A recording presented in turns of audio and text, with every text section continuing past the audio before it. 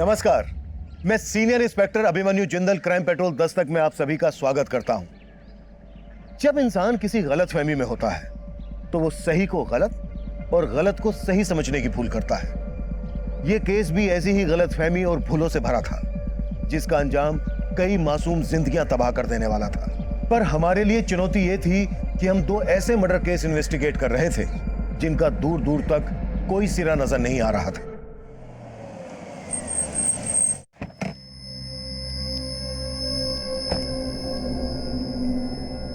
बेटा, मम्मी घर आई? नहीं पापा, नहीं आई। हमारी मम्मी भी ना। वंदना, वंदना, वंदना कहाँ थी तुम? ये बच्चा किसका है? उठा लाई, मेरा बेटा है, इसे मुझसे कोई दूर नहीं कर सकता, है ना बेटा?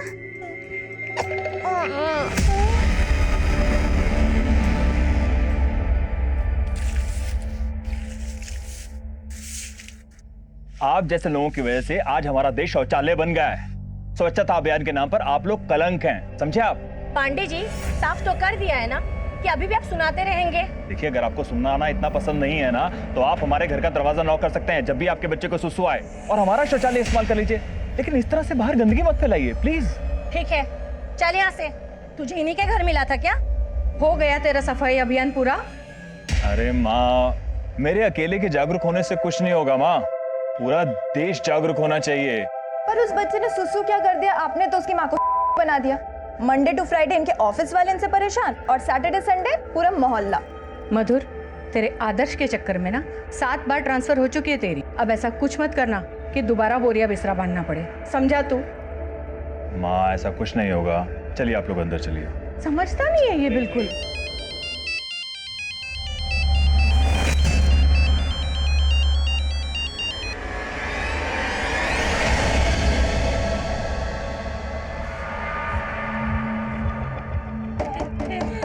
मैं छोड़ूंगी नहीं, वापस करो मेरा बच्चा। Sir, I am sorry for all this. Actually मेरी वाइफ की दिमागी हालत कुछ ठीक नहीं है। कोई बात नहीं मिस्टर समीर, आप अपनी पत्नी का ध्यान रखिए। ये तो अच्छा हुआ कि इस बार खुद आपने हमें फोन करके इन्फॉर्म कर दिया, लेकिन अगर अगली बार से ऐसा हुआ तो आप मुसीबत में फंस सकते हैं।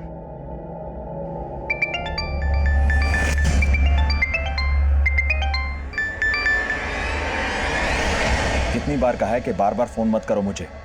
अरे पांडे जी, एक सरप्राइज है आपके लिए, जरा घर से बाहर आओ। अब तो मुझे ऑर्डर देगा। अरे ऑर्डर नहीं, एक ऑफर है आपके और आपके परिवार के लिए, सुरक्षा का लाइफ टाइम प्लान।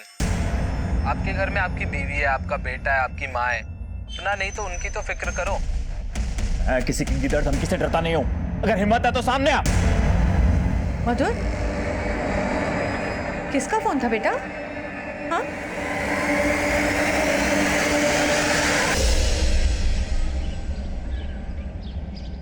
मम्मा का बेटा है ना? हाँ, क्या हुआ? प्यारा सा है ना? हाँ।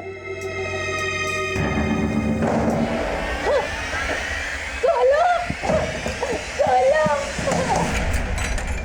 पापा, बेटा, बेटा मम्मी जब भी घर में अकेली रहेगी हम उनको लॉक कर जाएंगे, ठीक है? ये चाबी आप रख लो, और मैं भी ऑफिस के लिए लेट हो रहा हूँ। आपकी स्कूल बस भी आती होगी, ख्याल रखना।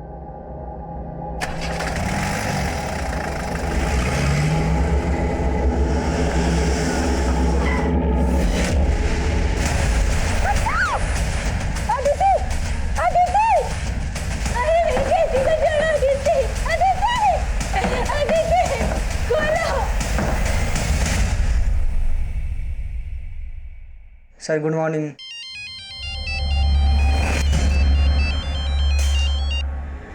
क्यों मिर्ची लग रही है तुझे?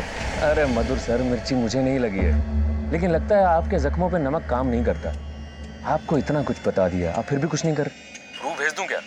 कैसा प्रूफ? कुछ डॉक्यूमेंट्स है मेरे पास, आप कहें तो आप तक पहुंचा देता हूँ। जो भी देना मिलकर देना। मुझसे मिलने के लिए ना आपको थोड़ा सा इंतजार करना पड़ेगा।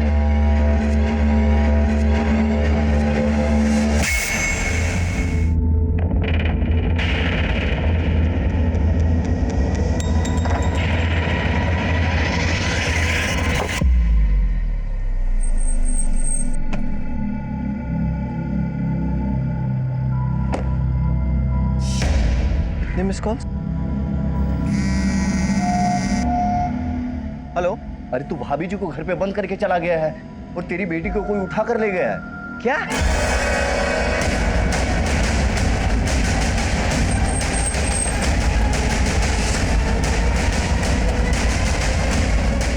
सर मैंने आपको कॉल किया था सर। ये वंदना भाभी हमारी नेबर है, इनकी बेटी किडनैप हुई है सर। लेकिन इनको लॉक करके क्यों रखा है आप लोगों ने? हमने नहीं किया साहब, शायद इनका हस्बैंड लॉक करके गया होगा सर। वंदना? सर समीर, इसका हस्बैंड सर। सॉरी सर, मैं खोलता हूँ।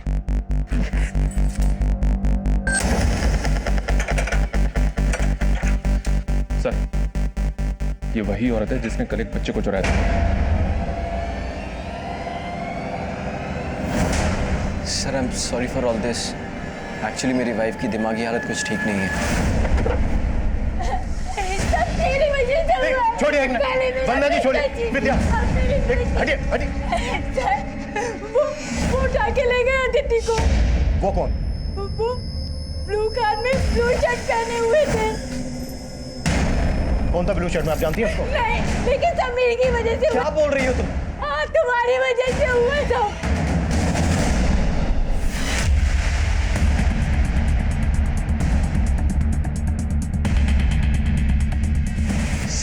सर उसकी दिमागी हालत ठीक नहीं है, इसलिए मुझे उसे बंद कर कर रखना पड़ा।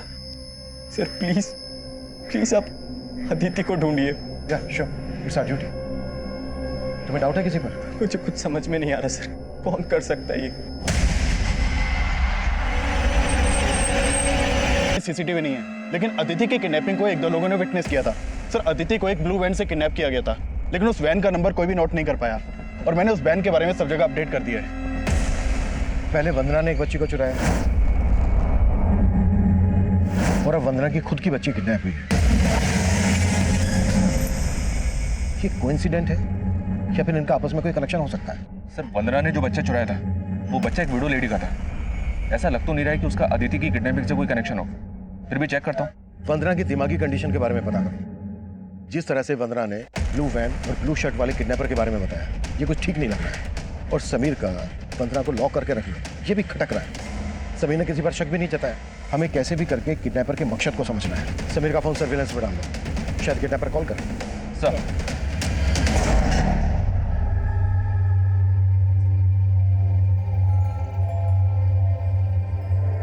जिंदगी भर जॉब की एड पे ये अंडा ही मारते रहोगे या कुछ करोगे भी तुम?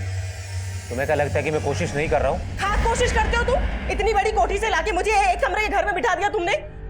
अरे वजह से ना जिल्लत की जिंदगी बर्दाश्त नहीं होती मुझसे। और मुझे लोगों से नजरें मिलाने में भी शर्म आती है। टाका डाल दूं तेरे लिए? तुम डाका डालो या जाके किसी को मारो, मुझे कोई फर्क नहीं पड़ने वाला। और अगर ये दो कौड़ी के घर से तुमने मुझे नहीं निकाला ना, तो तुम्हें और खुद को मैं इस घर में मिट्टी का तेल डाल के सुहा कर दूंगी।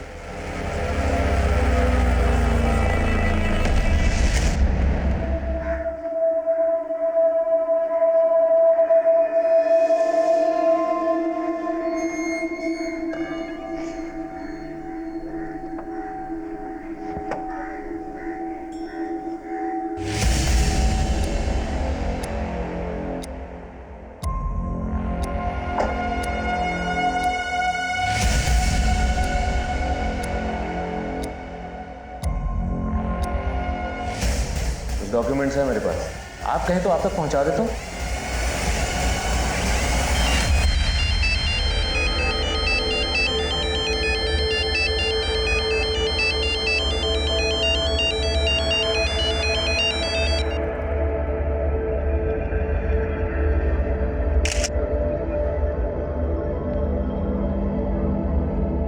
ये देखो मेरी प्रेगनेंसी का प्रूफ, और ये बच्चा तुम्हारा ही है।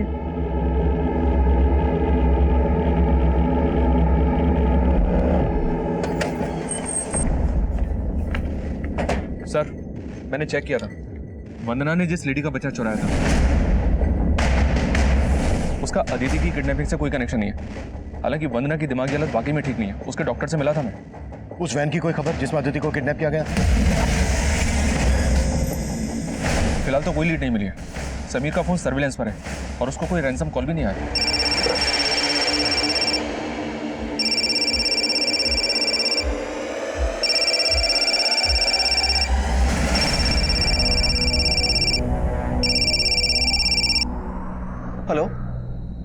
बहुत याद आ रही होगी ना। चाहते क्या हो तुम? 30 लाख अदिति को छोड़ने की कीमत। और अगर तूने पुलिस को बताने की कोशिश की तो समझ लेना कि अपनी बेटी का चेहरा कभी देख नहीं पाएगा तू। इसकी क्या गारंटी है कि अदिति तुम्हारे पास है? जिस फोन से तू बात कर रहा है उसकी गैलरी में जा और अपनी बेटी का वीडियो देख ले जाके।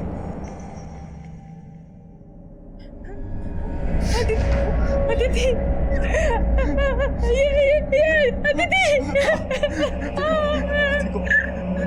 अदिति को कुछ नहीं होगा वरना कुछ नहीं होगा अदिति को। लेकिन एक बात का ध्यान रखना, इसके बारे में किसी को कुछ नहीं पता चलना चाहिए, समझ रही हो ना तुम? नहीं तो वो लोग अदिति को मार देंगे, समझ रही हो ना तुम?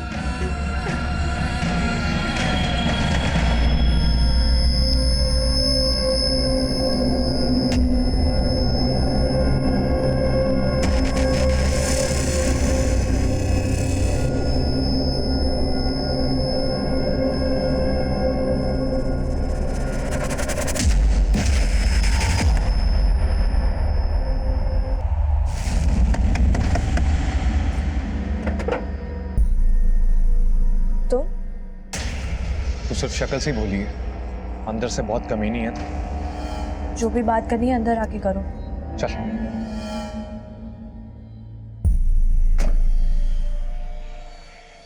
सर यही वो वैन है जिसमें अदिति को किडनैप किया गया था। किडनैपिंग वाले दिन करमपुरा के एक सीसीटीवी में कैप्चर हुई थी, लेकिन इसका नंबर फेक है सर, और इसके आगे इस वैन की कोई लीड नहीं मिल रही है सर। शर्मा, इतना टाइम क्यों लग रहा है? हमारी टीम इस केस को लेकर सीरियस भी है। पिछले 2 दिन से एक बच्ची गायब है और उसके किडनैपर्स के लिए कोई काम की लीड नहीं मिल रही। Sir we are trying our best. Sir control room से फोन था, विजयनगर में एक आदमी की लाश मिली है।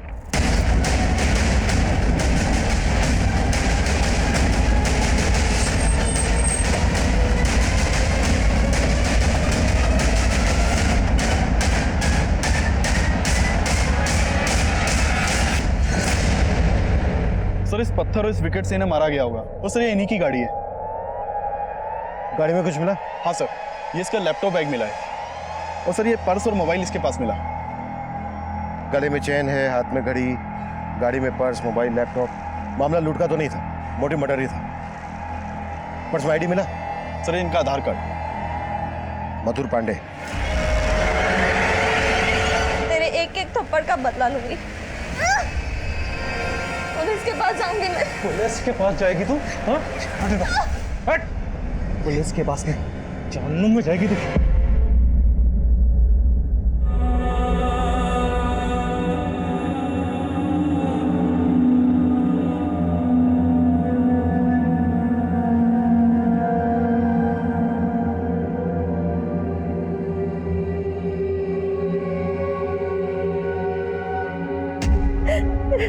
मधुर जी ऑडिटर थे, आईटी डिपार्टमेंट के लिए काम करते थे। कल रात को वो ऑफिस से घर नहीं आए थे। तो आपको हमसे रात को ही कांटेक्ट करना चाहिए था। हमने उनके कलीग रुपेश से बात की थी, वो पता कर रहा था उनका। सर मैं तो पता लगा ही रहा था, लेकिन मुझे इस बात का बिल्कुल अंदाजा नहीं था कि उनके साथ इतना बुरा हो जाएगा। मधुर का मर्डर ऑफिस से घर जाने वाले रास्ते पे हुआ, तो क्या वो ऑफिस से किसी के साथ? नहीं सर, मधुर सर अकेले ही गए थे। वो तो जैसे अपनी जान हथेली पर लेकर घूमते थे। मतलब सर उनका काफी लोगों के साथ इशू था। उनकी ईमानदारी की वजह से काफी लोग उनके दुश्मन बन बैठे थे। सर पिछले कई दिनों से उन्हें कोई फोन करके परेशान कर रहा था। मैं किसी की गिदड़ धमकी से डरता नहीं हूँ, अगर हिम्मत है तो सामने आ। और वो इन सबको सीरियसली नहीं लेते थे। सर पिछले दिनों मधुर सर ने जैन सोलंकी नाम के बिल्डर का ऑडिट किया था। सर इसके अकाउंट में काफ़ी गड़बड़ी मिली है। तो sir in reality he is a land mafia. Sir इसने मधुर सर को रिश्वत देने की भी कोशिश की थी। रिश्वत? Yes sir. सर मधुर सर ने इसके खिलाफ ऐसी रिपोर्ट तैयार की कि आईटी वालों ने इसके यहाँ पे रेड मारी थी।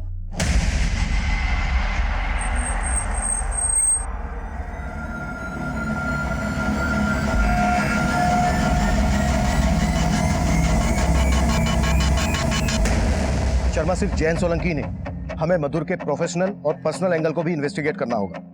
तुम सिर्फ मधुर मर्डर केस को फोकस करो, अदिति किडनैपिंग केस सिंह पे छोड़ दो। Okay sir.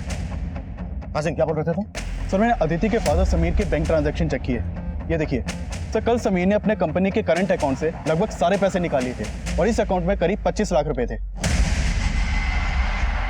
मतलब किडनैपर ने समीर को रैंसम के लिए कॉल किया था और समीर ने यह पैसा फरौती के लिए निकाला था। सिंह, समीर को थाने बुलाओ। सर।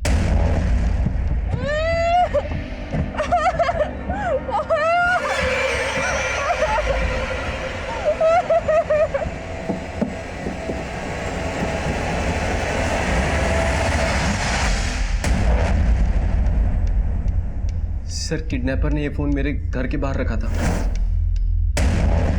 वो मुझसे इसी पे कांटेक्ट करता था। ब्लू कलर की वैन दिख रही है? हाँ। पैसे गाड़ी में रखो और निकलो यहाँ से। लेकिन अदिति कहाँ है? पैसे अगर पूरे होंगे 30 लाख तो अदिति अपने आप घर पहुंच जाएगी। लेकिन हमारी बात हुई थी, पैसे देंगे। जितना बोला उतना करो, ज्यादा सवाल मत करो। पैसे गाड़ी में रखो और निकलो यहाँ से।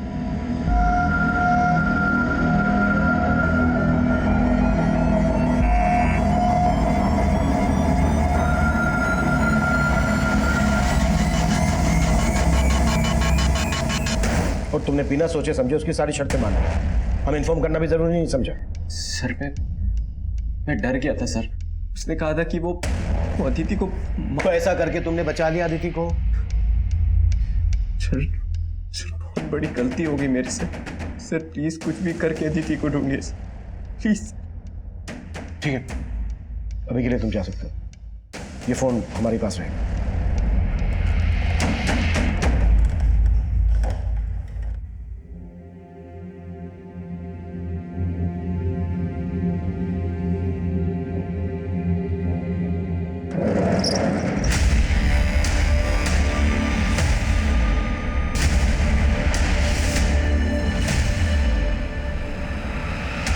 इतनी बड़ी कोठी से लाके मुझे एक कमरे के घर में बिठा दिया तुमने। टाका डाल दूं तेरे लिए? अब तुम डाका डालो या जाके किसी को मारो, मुझे कोई फर्क नहीं पड़ने वाला। और अगर ये 2 कौड़ी के घर से तुमने मुझे नहीं निकाला ना, तो तुम्हें और खुद को मैं इस घर में मिट्टी का तेल डाल के सुहा कर दूंगी।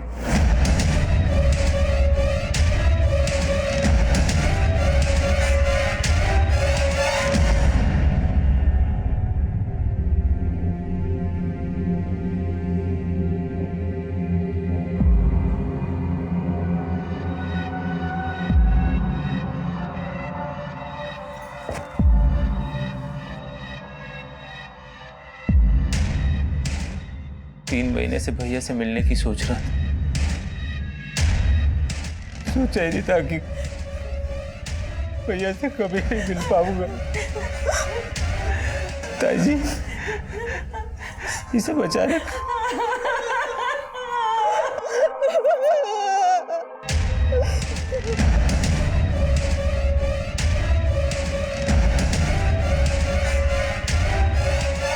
सर, मधुर के कॉल रिकॉर्ड्स में मुझे 2-3 नंबर ऐसे मिले हैं जो सिर्फ मधुर को कॉल करने के लिए ऑन होते थे। इसके अलावा उन नंबर से कोई और कॉल नहीं होता था। मतलब इन नंबर से मधुर को थ्रेट तो दी जा रही थी? मैं किसी की गिदड़ धमकी से डरता नहीं हूं। अगर हिम्मत है तो सामने आ। कौन हो सकता है वो, कोई हिंट? सर, मधुर ने जिनके घटनों का उजागर किया है उनमें से ये लैंड माफिया जयंत सोलंकी ही सबसे ज्यादा पावरफुल है। मधुर की वजह से ऐसा अंदर हुआ है कि अभी तक बाहर नहीं आ पाया है। जयंत सोलंकी हो सकता है इसने जेल में बैठे बैठे ही मधुर की सुपारी दी हो। इससे जुड़े लोगों की कुंडली निकालो। और हाँ, क्राइम सीन पर हमें मधुर का लैपटॉप मिला था, उससे कुछ मिला? वो पासवर्ड से लॉक है सर, उसे खुलवाने की कोशिश कर रहा हूँ। हाँ, लेकिन मधुर की पर्सनल लाइफ में एक एंगल मिला है। क्या? मधुर का एक कजन ब्रदर है मनीष। 3 महीने पहले तक मनीष और उसकी वाइफ गरिमा मधुर के साथ उसके घर में ही रह रहे थे। किसी बात पे दोनों भाइयों का बहुत झगड़ा हुआ। मधुर ने मनीष और गरिमा को घर से बाहर निकाल दिया था।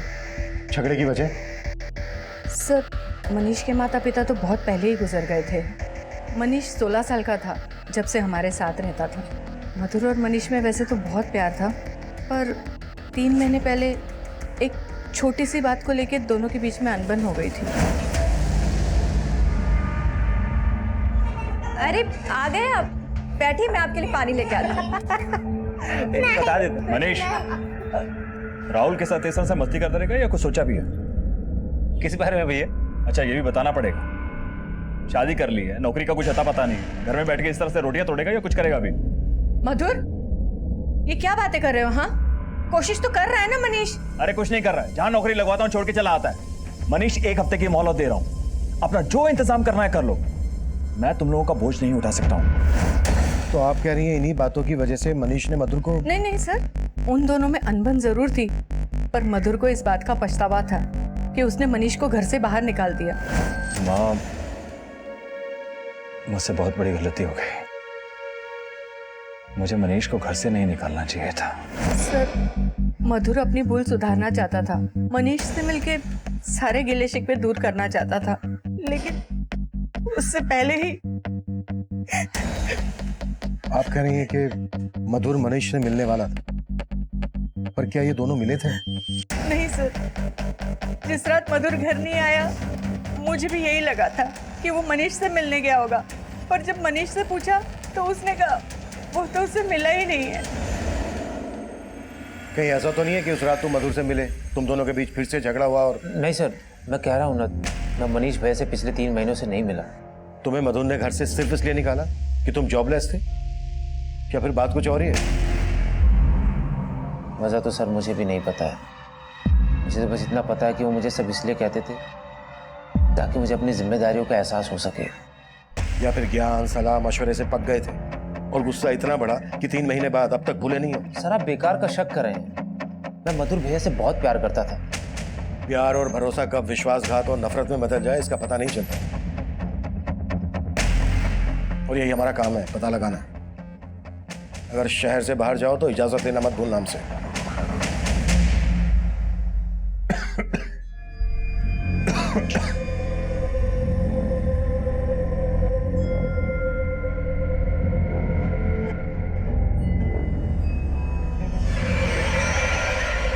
हाले, वरना बच्चा मर जाएगा तेरा। रोहन, प्लीज छोड़ दो मुझे, मैं पुलिस के पास भी नहीं जाऊंगी। तू सही कह रहा था, ये बच्चा उससे का अगर तुम्हें को धोखा दे रही थी भाई, तूने मान भी लिया। मेरे होते हुए उसके साथ सोने की तेरी हिम्मत कैसे हुई? जवाब दे मुझे, दे जवाब। सर, क्राइम सीन पे जो मधुर का लैपटॉप मिला था उसमें मधुर के इस लड़की के साथ ये फोटोज मिले। इन फोटोग्राफ्स को देखकर तो ऐसा ही लग रहा है कि मधुर का इस लड़की के साथ अफेयर था। है कौन ये लड़की? नहीं सर, हम इस लड़की के बारे में कुछ नहीं जानते।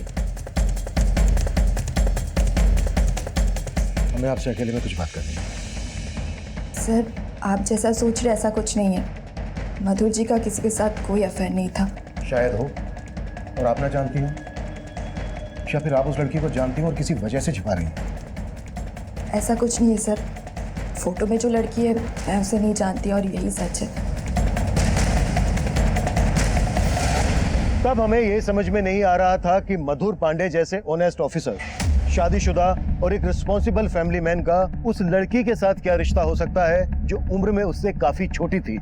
एक तरफ जहां हम मधुर के मर्डर में लैंड माफिया जैन सोलंकी, मधुर के कजन मनीष और उसकी पत्नी गरिमा पर शक कर रहे थे, वहीं दूसरी तरफ मधुर के साथ उस लड़की के रिश्ते का अनसुलझा राज हमें उलझा रहा था, और साथ ही अदिति और उसके किडनैपर की हमें कोई लीड नहीं मिल रही थी। लेकिन जल्द ही हमने उस लड़की का पता लगा लिया जिसके मधुर के साथ फोटोग्राफ्स थे।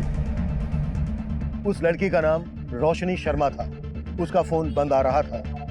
गाजियाबाद में जहां वो रहती थी उसके घर पर ताला लगा था, और जल्द ही हमने उसके घर का ताला तोड़कर उसके घर में छानबीन करने का फैसला किया।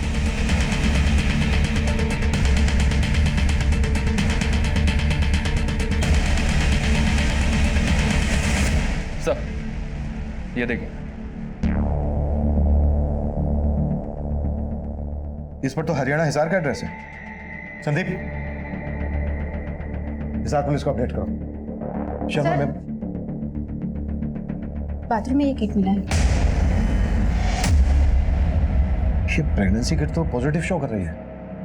देखो और कुछ मिलता है क्या? शर्मा, मधुर के लैपटॉप से जो फोटोग्राफ मिले थे वो दिखाओ जरा।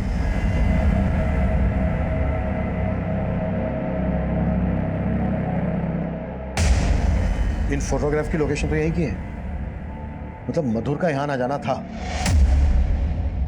अड़ोस पड़ोस में पता करो, शायद कोई लीड हाथ लग जाए।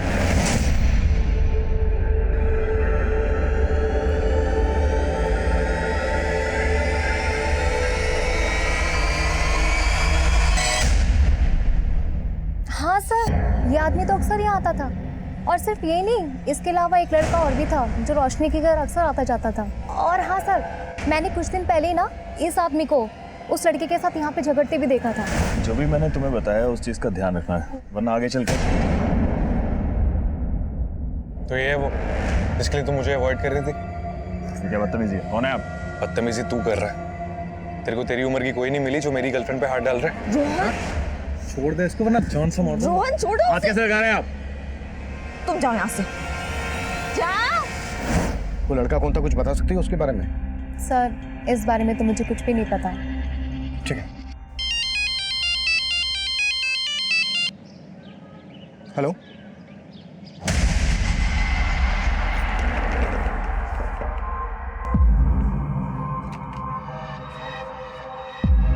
मनीष, करीमा, आ गए तो आओ ना, अंदर आओ ना। गरिमा अंदर आओ। ऐसे अचानक दोनों? वो माँ जी, मैंने ही मनीष और गरिमा को यहाँ आने के लिए कन्विंस किया। वैसे भी मधुर जी की भी आखिरी इच्छा यही थी कि वो इनको यहाँ वापस बुलाना चाहते थे। माँ, आप हमारे आने से खुश नहीं है क्या? अरे नहीं नहीं गरिमा, कैसी बात कर रही हो बेटा? मैं सोच रही थी कि मधुर के रहते ही अगर ये सब हो जाता ना तो। ताई जी, इस बात का सबसे ज्यादा दुख हमें हमेशा रहेगा कि भैया के होते हुए ये सब नहीं हो सका। हम भैया की कमी को तो कभी पूरा नहीं कर सकते, लेकिन आप सबसे दूर रहकर हमें हमारी जिम्मेदारियों का एहसास हो गया है।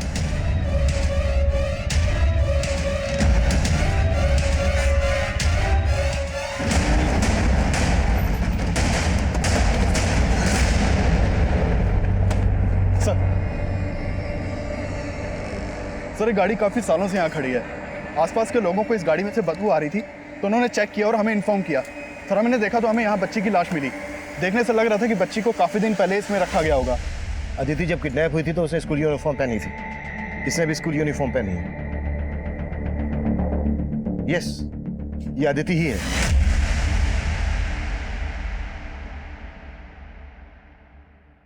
पिछले 10 दिन में हमारे एरिया में दूसरी लाश मिली है। हमें जल्द से जल्द कुछ करना होगा, नहीं तो मीडिया वाले इशू खड़ा कर देंगे। सर अदिति की किडनैपिंग और मर्डर का मोटिव 30 लाख रुपए ही लग रहा है। हो सकता है ये किसी प्रोफेशनल क्रिमिनल का काम हो, लेकिन सर हमारे खबरियों से अभी तक हमें कोई लीड नहीं मिली है। लेकिन समीर ने हमें किडनैपर की कोई डिटेल नहीं दी थी। किडनैपर ने फिरौती लेने के बाद उसे डिच किया, ये बात भी उसने हमारे पूछने के बाद हमें बताई। समीर की कुंडली नहीं।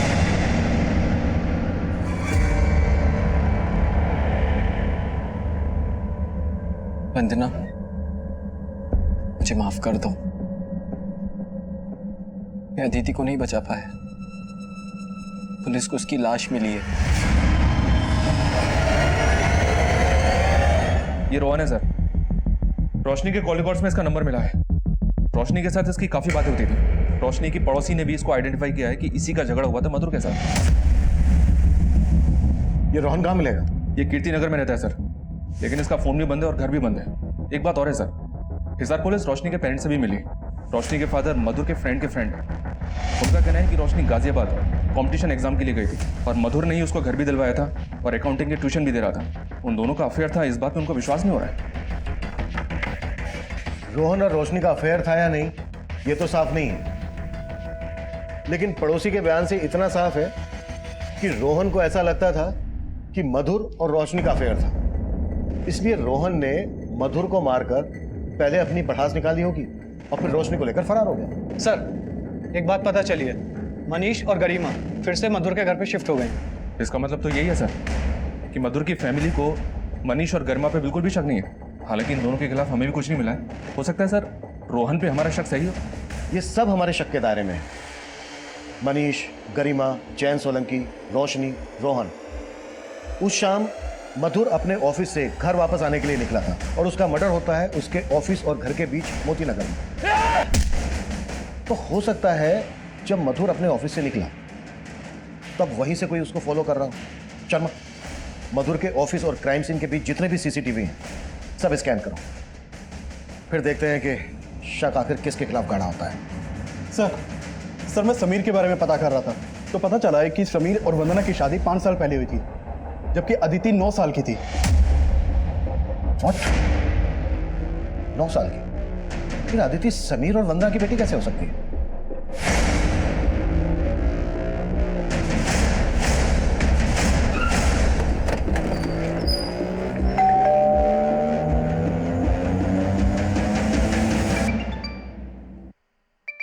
सब बेल तो जा रही है लेकिन आवाज अंदर से ही आ रही है।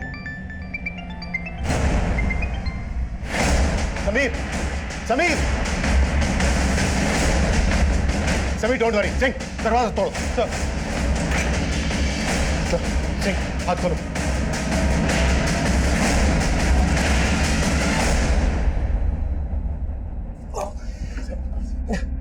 समीर, तुम ठीक हो? किसे क्या है सब? वंदना, मैं अदिति को नहीं बचा पाया। पुलिस को उसकी लाश मिली है। वंदना मेरी बात सुन। वंदना मेरी बात सुन। वंदना मेरी बात सुन। वंदना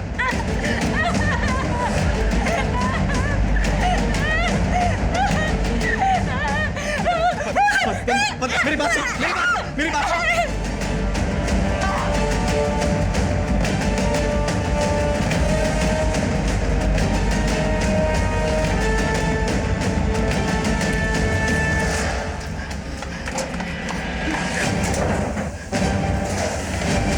तुम्हारी बीवी वंदना ने ही तुम्हें कहा है वो? मालूम नहीं सर। सिंह, सर आप इस बात को ज्यादा सीरियसली मत लीजिए। उसकी दिमागी हालत ठीक नहीं है। वो पहले ही अपने बेटे को खो चुकी है और अब अदिति को भी। अदिति वंदना की तो क्या, तुम्हारी भी बेटी नहीं है। सब पता लगा लिया हमने।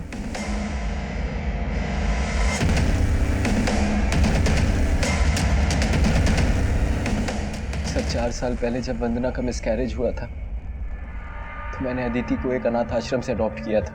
एक बात मेरी समझ में नहीं आ रही है, वंदना बार बार ये क्यों कह रही थी कि उसके बेटे को तुमने मारा है? कहीं इसमें कुछ सच्चाई तो नहीं है? सर मैंने कहा ना कि उसकी दिमागी हालत ठीक नहीं है। लेकिन तुम्हें बांध के भागने में दिमाग लगा लिया उसने। कहीं ऐसा तो नहीं है कि अदिति को भी वंदना? क्या कह रहे हैं आप? सर माना कि वो उसकी सगी माँ नहीं थी, लेकिन उसे अपनी सगी बेटी से भी ज्यादा मानती थी। और मैं तो उसके बिना। अदिति को जिस अनाथ आश्रम से अडॉप्ट किया था उसकी डिटेल दो हमें। सर ये वंदना का तो कुछ पता नहीं चल रहा है। इस वंदना के हाव भाव मुझे शुरू से ही खटक रहे थे। अदिति के मर्डर में इसका हाथ हो सकता है। अदिति, वंदना, समीर, इन तीनों का पास खंगालो और पता करो उस अनाथ आश्रम में अदिति कब और कैसे गई थी। ठीक है सर। सर जिस दिन मधुर का मर्डर हुआ था मैं उस दिन का सीसीटीवी चेक कर रहा था। उस दिन मधुर के ऑफिस के बाहर एक आदमी सीसीटीवी में कैप्चर हुआ था। ये उसका फुटेज है। दिखाओ।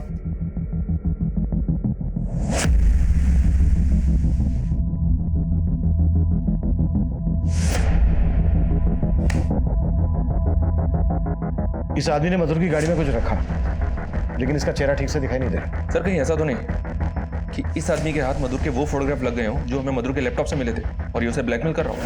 प्रूफ भेज दूं क्या? कैसा प्रूफ? कुछ डॉक्यूमेंट्स हैं मेरे पास, आप कहें तो आप तक पहुंचा देता हूँ।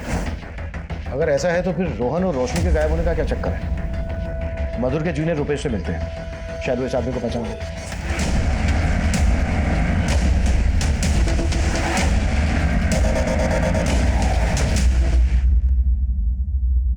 सर कुछ समझ में नहीं आ रहा है कि ये कौन होगा। ये 16 मार्च की फुटेज है। अच्छे से याद करो, शायद कुछ याद आ जाए। कुछ अटपटा लगा हो, कुछ अजीब लगा हो। सर कुछ याद नहीं आ रहा, लेकिन हाँ सर, मधुर सर की मौत से कुछ दिन पहले मैं और मधुर सर राजनगर रोड पे जा रहे थे तो एक कार हमें फॉलो कर रही थी सर। ये पीछे जो वैन आ रही है शायद हमें फॉलो कर रही है। Thank you Sharma. उस दिन का राजनगर रोड का सीसीटीवी खंगालो। सर ये वही कार थी जो मधुर की कार का पीछा कर रही थी। मधुर के जूनियर रुपेश से कंफर्म किया था मैंने। पता क्या है ये कार किसके नाम पर रजिस्टर्ड है? जी हाँ सर, ये किसी प्रफुल्ल बिष्ट के नाम पे रजिस्टर्ड है। ये देखिए सर, ये तो प्रफुल्ल बिष्ट है, विभास कोऑपरेटिव सोसाइटी का कैशियर। मधुर सर इनकी सोसाइटी का ऑडिट करने वाले थे। इस प्रफुल्ल के बारे में पता किया मैंने सर। इसको अपने फादर की जगह पे कंपैशनेट अपॉइंटमेंट मिली थी। सिर्फ 22 साल का है लेकिन काफी अय्याश है। रोज बार में जाके शराब पीता है और इसके कॉल रिकॉर्ड्स में कई सारी प्रोस्टिट्यूट्स के नंबर भी हैं। एक कैशियर के पास उड़ाने के लिए इतना पैसा हो, जरूर घपला करता होगा।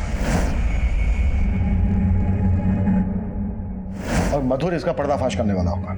शर्मा उठा लो इसे। सर नहीं सर, नहीं सर। सर हम मानते हम मधुर को मारना चाहते थे, उस दिन हम लोग ने रेकी भी की थी, हम उसको मार पाए उसके पहले उसका मर्डर हो चुका था। ऐसे नहीं बोलेंगे, कटो साले।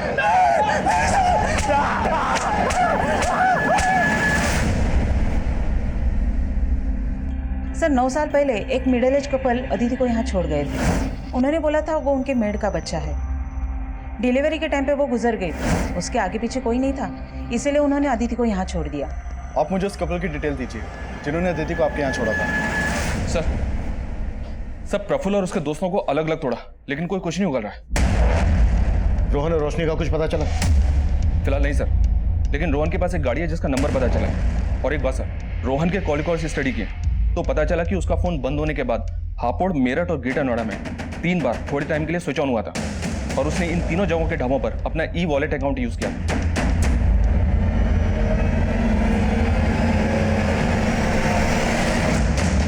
मतलब रोहन अपनी गाड़ी में मूव कर रहा है और खाने पीने के लिए अपना ई-वॉलेट अकाउंट यूज कर रहा है। शर्मा, उसका फोन सर्विलेंस पर डाल दो और उन तीनों ढाबों पर अपनी टीम भेजो जहां जहां उसने अपना ई-वॉलेट अकाउंट यूज किया।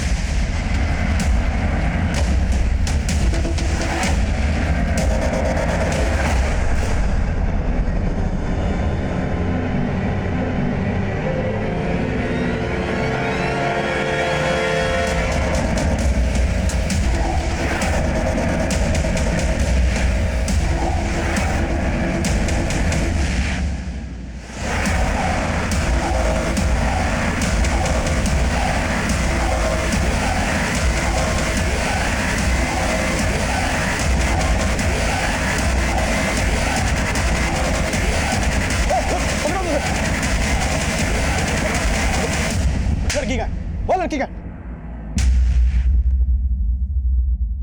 मेरे डॉक्टर से बात हुई, डोंट वरी, सब नॉर्मल है, बच्चा सेफ है। देखिए परेशान मत होइए, बस हमारे कुछ सवाल हैं। आपके पेट में जो बच्चा है वो किसका है? सर, ये बच्चा रोहन का ही है, लेकिन देखिए हमें मधुर के लैपटॉप से कुछ फोटोग्राफ्स मिले। कहीं ऐसा तो नहीं है कि मधुर? नहीं सर, मधुर सर ना सिर्फ मेरे गार्डियन थे बल्कि मेरे आइडल भी थे। आप इन फोटोज का गलत मतलब निकाल रहे हैं। जब मुझे अकाउंट्स पढ़ाने आते थे तब मैं खुद ही ये फोटोज क्लिक करके उन्हें सेंड कर देती थी। रोशनी, जितना भी डेबिट अमाउंट है सर पढ़ाई तो होती रहेगी, एक सेल्फी। अरे क्या? अरे चलो चलो। लेकिन रोहन को भी लगा कि मेरा उनसे अफेयर था। सर मुझे पक्का यकीन है कि उसी ने मधुर सर को भी।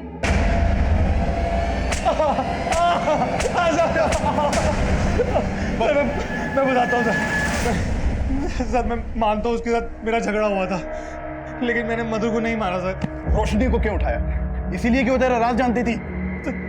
सर उसे इसलिए उठाया क्योंकि वो मुझे बेकार में फंसा रही थी, पुलिस में जाने की धमकी दे रही थी सर। मैं बहुत डर गया था और मुझे लगा था कि वो बच्चा मधुर का है। अच्छा, इसलिए तूने मधुर को मार डाला? सर मैंने किसी को नहीं मारा। अगर मैंने मधुर को मारा होता तो मैं रोशनी को जिंदा क्यों रहने देता सर? सर मैं बस डर के भाग रहा था सर, मैं सच बोल रहा हूँ। तो वैसे सच नहीं बोलेगा गुप्ता? सर नहीं सर, सर प्लीज।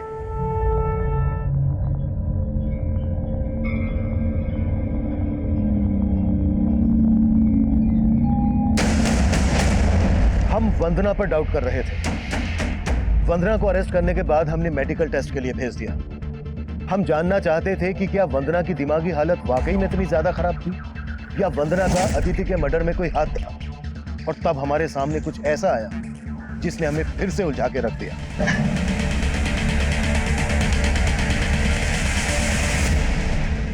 सर ये एनवेलप मधुर के लॉकर से मिला है।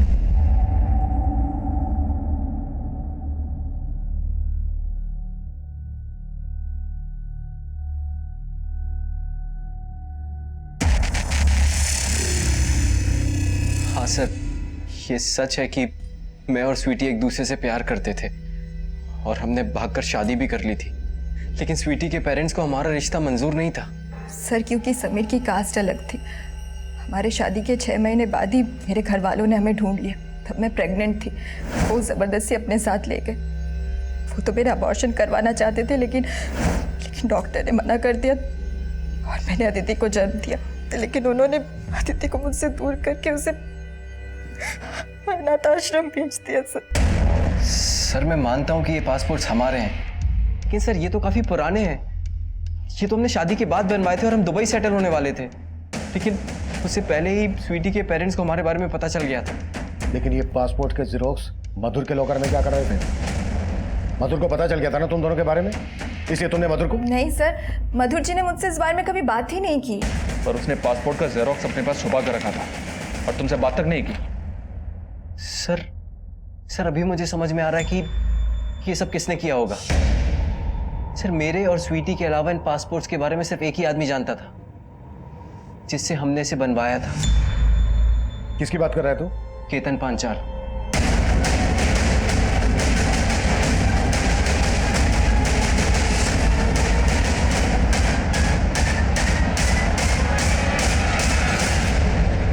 मैंने समीर के लिए इतना किया सर, उसका बिजनेस तक मैंने सेट करवा के दिया, लेकिन जब प्रॉफिट देने की बात आई तो मैं उसको खटकने लग गया।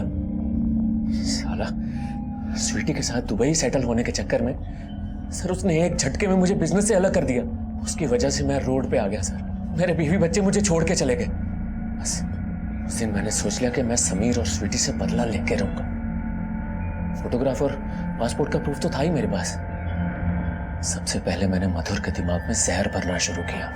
अरे मधुर सर, सिर्फ काम पे ध्यान मत दीजिए, अरे अपनी बीवी पे भी ध्यान दीजिए। धोखा दे रही है आपको। ये क्या बकवास है? कौन बोल रहे हैं आप? मैंने मधुर को समीर के बारे में नहीं बताया था सर। मधुर को लगा कि उसकी बीवी स्वीटी का चक्कर उसके भाई मनीष से चल रहा, इसलिए उसने मनीष को घर से निकाल दिया। मनीष, 1 हफ्ते की मोहलत दे रहा हूं, अपना जो इंतजाम करना है कर लो। मैं तुम लोगों का बोझ नहीं उठा सकता हूं। अरे क्या मधुर सर, मुझे लगता था आप समझदार होंगे, अब तो एकदम ही चोमू निकले। अरे आपकी बीवी का चक्कर आपके भाई के साथ नहीं है, किसी और के साथ है। कौन है वो? तो मैंने मधुर को प्रूफ दिया सर।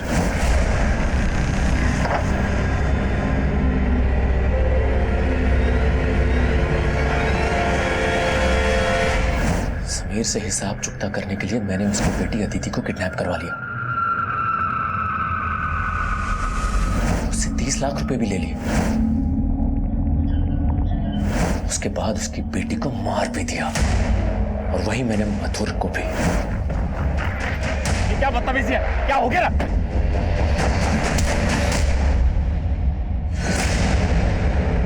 मुझे लगा था मधुर के मर्डर में स्वीटी और समीर फंसेंगे।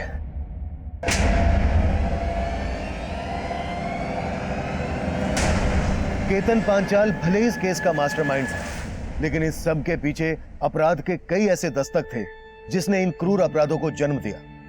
दोषी स्वीटी के माता पिता भी थे, जिन्होंने अपनी झूठी शान के खातिर ना सिर्फ स्वीटी और समीर के प्यार को नकारा, बल्कि उनकी बेटी अदिति को भी अनाथ कर दिया। ये स्वीटी और समीर की जिंदगी के कुछ ऐसे कड़वे सच थे जो एक दुख भरी मजबूरी में दफन कर दिए गए। स्वीटी और समीर ने इससे उभरने की कोशिश तो की, लेकिन इसे छुपाने का अंजाम इतना घातक साबित हुआ कि इससे सिर्फ 2 जिंदगियां ही नहीं बल्कि 2 परिवार बिखर गए। माना मधुर के सामने गलतफहमियों के पुलिंदे खोले गए जो किसी भी इंसान को अंदर तक परेशान कर सकते हैं, लेकिन जब भी कोई गलतफहमी दस्तक दे तो उसे अपने अंदर पालने के बजाय बेहतर यही है कि उसे जल्द से जल्द दूर किया जाए। अब मैं सीनियर इंस्पेक्टर अभिमन्यु जिंदल आपसे विदा लेता हूं। आपसे फिर मुलाकात होगी एक नए केस के साथ। देखते रहिए क्राइम पेट्रोल दस्तक। मकसद बताना नहीं, बचाना है।